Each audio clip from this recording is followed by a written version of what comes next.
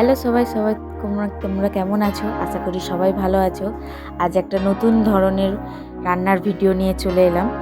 হলুদ ছাড়া চিকেন রান্না করা হয়েছে বাড়িতে, সেটারই রেসিপি আজ বলা হবে।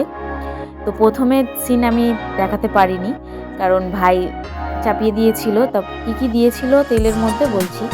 তেলটা গরম করে তাতে গোটা গরম মশলা, পেঁয়াজ দিয়ে ভালো করে একটু ভাজা হয়ে গেল। ভাজার পরে মাংসটা দিয়ে মাংসটাকে ভালো করে ভাজা হচ্ছে নুন দিয়ে।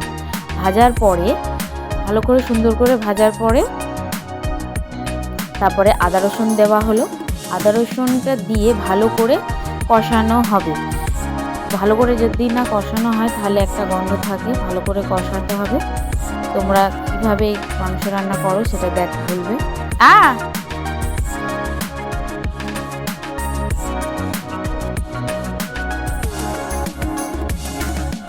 আদা রসুনটা দিয়ে ভালো করে কষানো হলো। তোমরাও এইভাবে কষবে, ভালো করে না কষলে তরকারি টেস্ট আসবে না, কারণ এটাতে হলুদ পড়বে না, সেই কারণে। এবার ভালো করে জল দিয়ে ভালো করে সুন্দর করে কষাতে হবে। তারপর এতে একটা বাটা মশলা দেওয়া হলো। এই বাটা মশলার মধ্যে রয়েছে ধনেপাতা, টমেটো, কাঁচা লঙ্কা, লেবু দিয়ে ভালো করে পেস্ট করে নেওয়া হয়েছে জল দিয়ে। সেই পেস্টটাই দিয়ে দেওয়া হয়েছে। সেই পেস্টটাই মাংসটাকে দিয়ে ভালো করে কষতে হবে, যাতে ধনেপাতার যে গন্ধ থাকে সেটা চলে যায়। ধনেপাতার গন্ধটা চলে যাওয়ার পরে তাতে গুঁড়ো লঙ্কা দিতে হবে। যেরকম ঝাল খায় সেরকম ঝাল অনুযায়ী গুঁড়ো লঙ্কা দেওয়াতে হবে, কারণ ওতে কাঁচা লঙ্কা দেওয়া ছিল। এবার হচ্ছে সামথিং ধনে গুঁড়ো আর কিছুটা জিরে গুঁড়ো দিয়ে ভালো করে কষাতে হবে। এতে নুন আগে দেওয়া ছিল, সেটা বলা হয়নি। তো ভালো করে কষানো হয়ে গেছে। এবার এতে চেরা কিছুটা কাঁচা লঙ্কা দিতে হবে।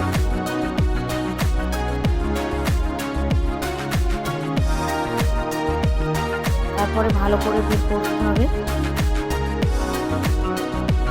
যখন এরকম কালার হয়ে যাবে তখন মাংসটা কষানো হয়ে যাবে, তাতে আলু দিয়ে দিতে হবে।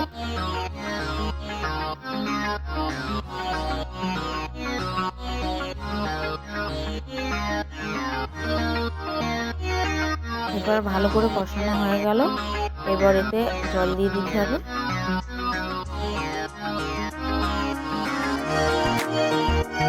এখানে আমাদের জল দেওয়া হয়ে গেছে।